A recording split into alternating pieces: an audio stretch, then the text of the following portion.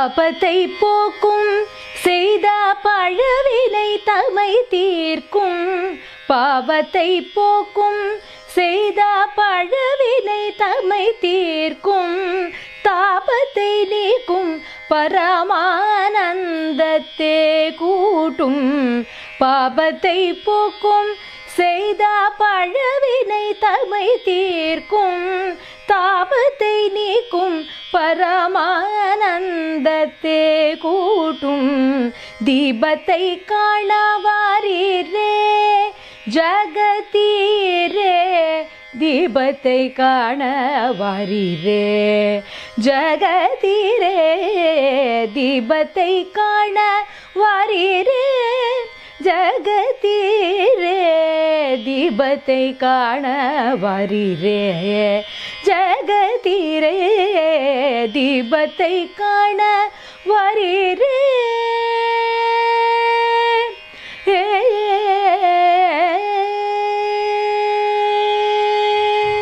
அம்பிகையை தியானிப்பது சகலவிதமான அருளையும் அவள் நமக்கு அள்ளித் தருவதற்கான வழி.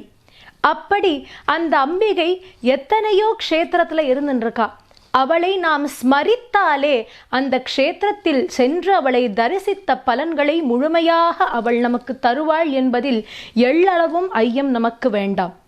அப்படி அம்பிகை இந்த திருவண்ணாமலைங்கிற க்ஷேத்திரத்துல உண்ணாமுலையாராக இருந்துருக்கா. அதாவது அபித குச்சாம்பாள் என்ற ஒரு திருநாமம் இந்த இடத்துல அம்பாளுக்கு உண்டு. ஆனால் அபித குச்சாம்பாளாக அவள் இருந்துருக்கா. அதற்கு ஒரு முக்கியத்துவம் இருந்தாலும் இந்த க்ஷேத்திரத்துக்கு மற்றொரு முக்கியத்துவமும் உண்டு.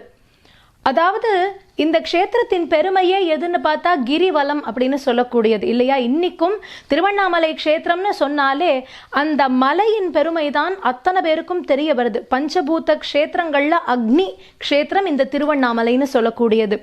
இங்கு இறைவன் மலையாகவே இருக்கின்றார், பரமேஸ்வரன் மலையாகவே இருக்கின்றார். கண்டம் கரிய மலை, கண் மூன்று உடைய மலை, நாளும் தொழுவோர்க்கு எழு பிறப்பை மாற்றும் மலை இந்த அண்ணாமலை என்று சொல்லக்கூடிய திருவண்ணாமலை க்ஷேத்திரம்.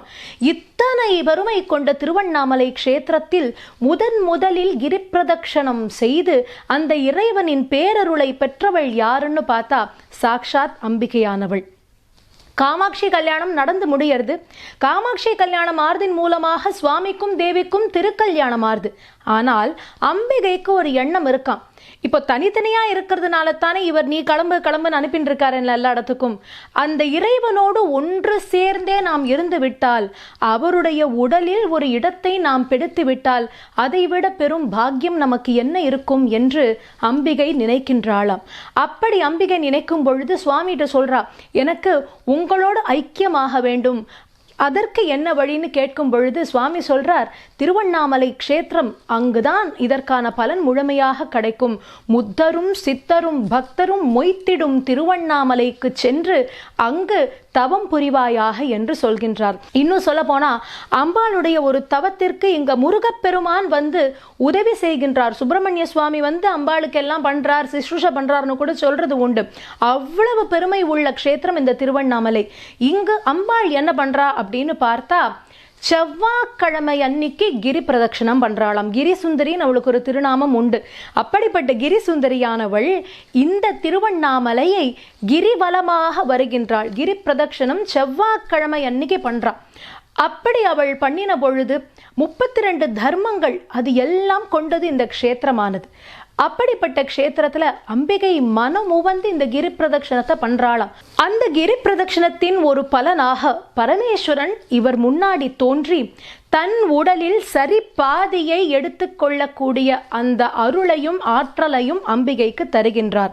அதாவது அர்த்தநாரீஸ்வரர்னு நம்ம ஒரு கோலத்தை ஸ்மரிக்கிறோமே, இந்த அர்த்தநாரீஸ்வரர்ல அம்பிகைக்கு ஒரு பாதி, இறைவனுக்கு ஒரு பாதி. அப்படி இருக்கும் பொழுது இறைவனின் உடலில் சரி பாதியை அவள் பெற்று அவரோடு ஒன்றாக, அதாவது ரொம்ப அழகா ஒரு வார்த்தை யுனிசன் அப்படின்னு ஒரு வார்த்தை உண்டு, ஒற்றுமை அப்படின்னு சொல்லக்கூடியது, ஐக்கியம் என்று சொல்லக்கூடியது. அப்படி அம்பிகையானவள் பரமேஸ்வரன் உடலில் சரி பாதியை பெற்று ஐக்கியமான க்ஷேத்திரம் எது என்று பார்த்தால் இந்த திருவண்ணாமலைன்னு சொல்லக்கூடிய க்ஷேத்திரம். அப்படிப்பட்ட இந்த க்ஷேத்திரம் ரொம்ப ரொம்ப மகோன்னதமானது. கார்த்திகைன்னு சொல்லியாச்சுன்னா இந்த க்ஷேத்திரத்தின் பெருமையை நினைக்காத இருக்க முடியுமா? ஆனால் கார்த்திகையில் மட்டுமே இந்த க்ஷேத்திரம் நினைக்கப்பட வேண்டியது அல்ல, ஒவ்வொரு நாளும் நம் வாழ்க்கையில் நாம் நினைக்க வேண்டிய ஸ்தலம். ஏனென்றால் ஸ்மரணே மோக்ஷம், நினைக்க முக்தி தரக்கூடிய க்ஷேத்திரம் இந்த திருவண்ணாமலை என்று சொல்லக்கூடிய க்ஷேத்திரம்.